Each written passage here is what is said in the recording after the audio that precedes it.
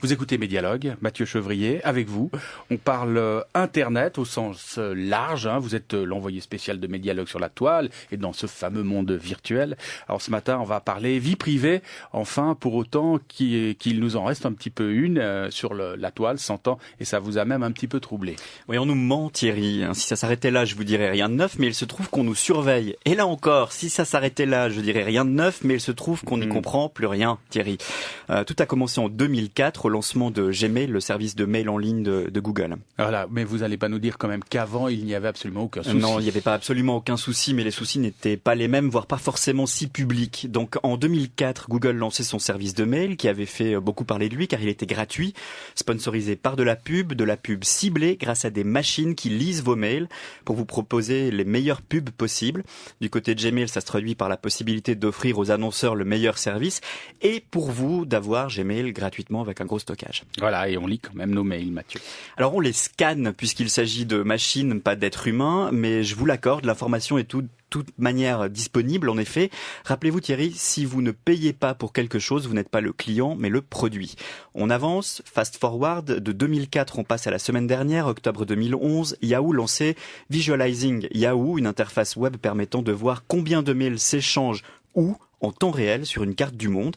Dans un onglet spécifique, c'est aussi une application qui montre les mots les plus utilisés dans ces échanges de mails, dans vos échanges de mails, selon non pas les pays, mais les continents. Alors, à la manière de Gmail, ce ne sont pas des humains, mais des robots qui, là encore, lisent les mails et retiennent, alors là, des mots-clés. Oui, exactement, sauf que c'est la première fois que l'on voit vraiment que l'on peut extraire tout ce contenu et le rendre public, je dis ça en exagérant le trait évidemment, on peut au moins dans le cas de Visualizing Yahoo le présenter partiellement. Alors impossible de dire que tel ou tel mot ont été échangés entre tel ou tel utilisateur de mail, en tout cas de notre côté et via cette application.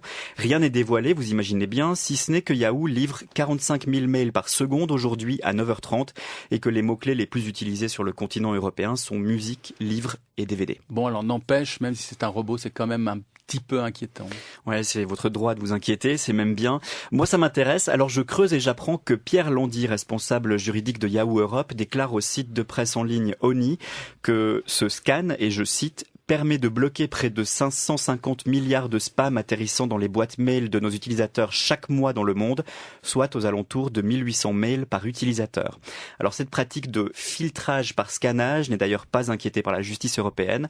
Après tout, c'est robotisé, relativement nécessaire et particulièrement accepté par l'utilisateur lors de la lecture des conditions générales. Ah, voilà. Il y a toujours des arguments marketing pour légitimer certaines démarches informatiques. Alors ça, c'est peut-être plutôt rassurant concernant ce contrôle, Mathieu.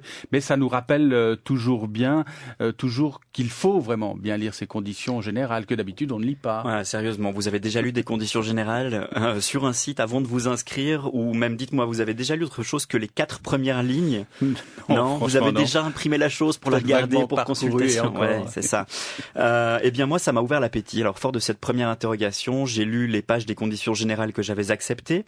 Autant vous dire que c'est écrit pour qu'on n'ait pas envie de les lire, évidemment, en langage judiciaire, et que si vous ne maniez pas la langue, et même si vous la maniez, vous n'êtes sûr de rien, si ce n'est d'être sûr de rien. Voilà, c'est tout ce que vous avez retenu en lisant ces conditions générales. Non, en gros et en très accéléré peut-être, mais plus en détail, accepter les conditions générales sans les lire, ce qu'on a tous fait et qu'on fait tous les jours, c'est comme signer un contrat sans le lire, et ça ne vous viendrait pas à l'esprit, évidemment, sauf qu'un petit clic sur une page semble beaucoup moins engageant qu'une signature au bas d'un document, ça ne change pas. Pourtant, en acceptant les conditions générales d'Apple, par exemple, vous acceptez qu'Apple pourra être amené, du fait de la loi, dans le cadre d'une procédure en justice, d'un litige et ou d'une enquête des autorités publiques de votre pays de résidence ou autre, à divulguer vos données personnelles. Bref, ils divulgueront vos informations s'ils l'estiment nécessaire, c'est ce qu'on apprend tout au bas du document. Voilà, alors je crois qu'on peut être clair et franc à ce stade. Ces compagnies possèdent nos informations et sont libres d'en faire absolument ce qu'elles veulent. Alors ils possèdent ces informations, vous leur avez donné le droit de les posséder, et de l'utiliser en signant ces conditions générales que vous n'avez pas lues. Par contre, non, ils ne peuvent pas exactement faire ce qu'ils veulent. Ces entreprises sont soumises à la loi. Facebook s'y heurte d'ailleurs régulièrement et très frontalement depuis la semaine dernière. Facebook, ça n'avait jamais pris cette tournure-là. Hein. Vous ne savez peut-être pas que Facebook a un siège européen en Irlande où les taxes sont avantageuses. Figurez-vous qu'un étudiant autrichien a épluché, ce que je n'ai pas eu le courage de faire, toutes les conditions générales de Facebook. Il s'appelle Max Schrems, fondateur du mouvement Europe versus Facebook, admet qu'après avoir passé des mois sur le dossier, il ne sait toujours pas ce que Facebook fait de ses données. Comme Facebook a son siège européen en Europe, nous tombons tous sous le coup de la loi européenne, Facebook compris. Max Schrems cherche donc à obtenir la transparence de Facebook et le droit pour les utilisateurs de faire ce qu'ils veulent de leurs données. Voilà, et paradoxalement, tout le monde s'imagine, enfin moi je croyais qu'on pouvait fermer son compte Facebook et justement tout effacer. Ouais, vous croyez, moi aussi, eh bien pas tout à fait. En demandant une copie de ces données à Facebook, ce que tout utilisateur européen et non pas américain du réseau a le droit de faire, l'étudiant autrichien a découvert que Facebook n'avait pas supprimé le contenu qu'il avait lui souhaité supprimer. C'est là que la bataille légale commence. Voilà, comme vous le disiez il y a quelques instants, quand c'est gratuit, eh bien nous ne sommes pas un client, mais justement, faut pas l'oublier, nous sommes dans ce cas-là un produit. Exact. À un détail près, on ne sait pas quel produit. Facebook se fout de nous, c'est clairement une recherche d'envergure à laquelle on a affaire, mais la vraie question finalement, puisque vous avez accepté ces conditions générales et au-delà de l'aspect purement légal, c'est vous, Thierry, ça vous touche, vous monteriez au créneau, vous ou votre génération, la mienne sans doute aussi, avec moins de virulence, mais qu'en est-il des générations plus fraîches, hormis les étudiants en droit? Alors, nos collègues de l'émission Nouveau de la TSR se sont posé la question et ont interviewé dans un micro-trottoir des étudiants de l'Université de Genève pour leur demander précisément leur point de vue. Enfin, je pense qu'à mon niveau, Facebook il peut pas me faire grand-chose, je veux dire, il n'y a rien de vraiment dérangeant, donc c'est ça, enfin moi je pense qu'en étant étudiant, bah oui il y a les conversations privées, mais bon... Écoutez, c'est vrai qu'on a tous eu sûrement des photos, faire un peu la trace sur Facebook, mais il n'y a pas que les photos, hein. Vos messages effacés, vos liens effacés, les invitations que vous avez refusées, tout ça, Facebook les garde en mémoire. C'est normal. Il faut partir du principe que ça fait partie du jeu. C'est clair que c'est pas acceptable, mais bon, moi tant que ça me touche pas et que je me retrouve pas dans des situations compromettantes à cause de ça, bon Vous laissez faire, quoi. Voilà, exactement. Mais vous saviez que Facebook gardait tout, même ce qui était effacé? Oui, ça on savait parce que quand même il y a quand même sur Facebook une espèce de mobilisation, donc on se donne les informations entre nous, attention, Facebook vient de rajouter une option, vient d'enlever ci, vient d'enlever ça. Ça vous choque pas? Alors si, ça me choque, mais j'attends de voir les répercussions d'ici quelques années en fait. Je ne sais pas ce qu'ils vont faire avec ces informations, c'est déjà qu'ils les vendent, que maintenant sans le demander on obtient les numéros de téléphone des personnes, on sait où elles se trouvent, bon... Mais c'est vrai que ça fait tellement partie maintenant de notre quotidien que je suis aussi un peu fataliste et j'attends de voir et j'espère que ce sera pas trop affreux. Un reportage réalisé par Emmanuel Jacquet, diffusé dès demain sur le site de Nouveau, c'est sur le site de la RTS. Alors personnellement, j'avoue, je ne m'amuserai donc plus à relire 30 pages de conditions générales pour apprendre que grosso modo, ces compagnies se réservent le droit de faire ce qu'ils veulent de nos données. Par contre, je me fais un point d'honneur à creuser plus avant ces conditions générales et à revenir vous en parler. Parce qu'il doit évidemment y avoir quelques anecdotes, j'imagine. Pas à proprement parler dans les conditions générales, mais quand on recoupe certaines informations, par exemple, le plus dur, comme le souligne l'étudiant autrichien dont nous parlions plus avant, c'est d'obtenir de la transparence. Figurez-vous, et là, c'est plus qu'une anecdote, le groupe Europe versus Facebook pense qu'il existe des profils invisibles qu'ils appellent shadow profiles, contenant des informations de gens n'étant même pas sur Facebook. Par exemple, à mon inscription sur Facebook, j'ai donné le droit au réseau de chercher tous mes contacts de mon carnet d'adresse pour voir s'ils étaient en ligne. Ma sœur n'y était pas, je l'ai invitée. Elle n'est pas venue, elle ne veut pas venir sur Facebook. Ses amis à elle ont fait de même, ils l'ont cherchée, l'ont invitée, puisqu'elle n'y était pas.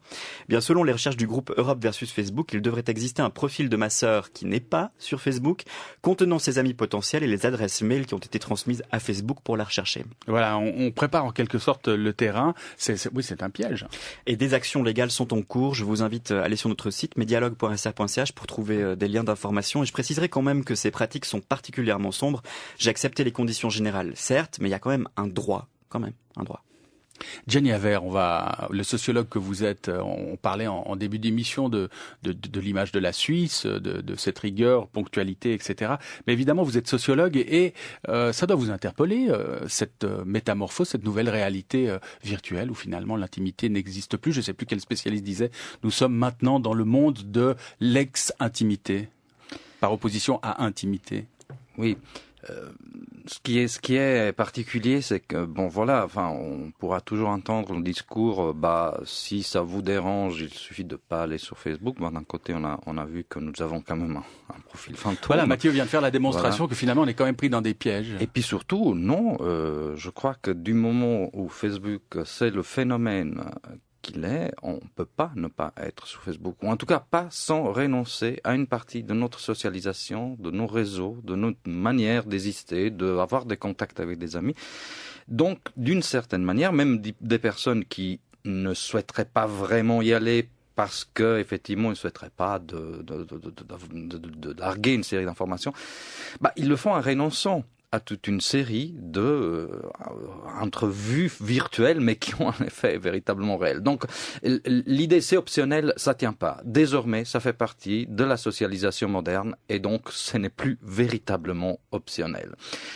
D'où des garde-fous qui sont indispensables par rapport au maintien de la vie. Il est assez pertinent d'imaginer que tôt ou tard, les autorités ou différents États vont probablement légiférer davantage pour justement pouvoir mettre certains garde-fous dans l'usage qui est fait simplement de nos données personnelles. Il serait souhaitable. N'empêche qu'on se rend compte que ce passage à l'informatique, même de systèmes de communication qui étaient bien plus anciennes, par exemple, la lettre est devenue un email. En devenant email, la lettre a perdu les garanties de confidentialité, qui étaient sacrées. Imaginez un employeur qui ouvre une lettre, qui la lit et qui... c'était inimaginable, c'était un délit. Ce n'est pas un délit pour un email. Voilà, et c'est tout le problème que régulièrement nous évoquons dans Médialogue.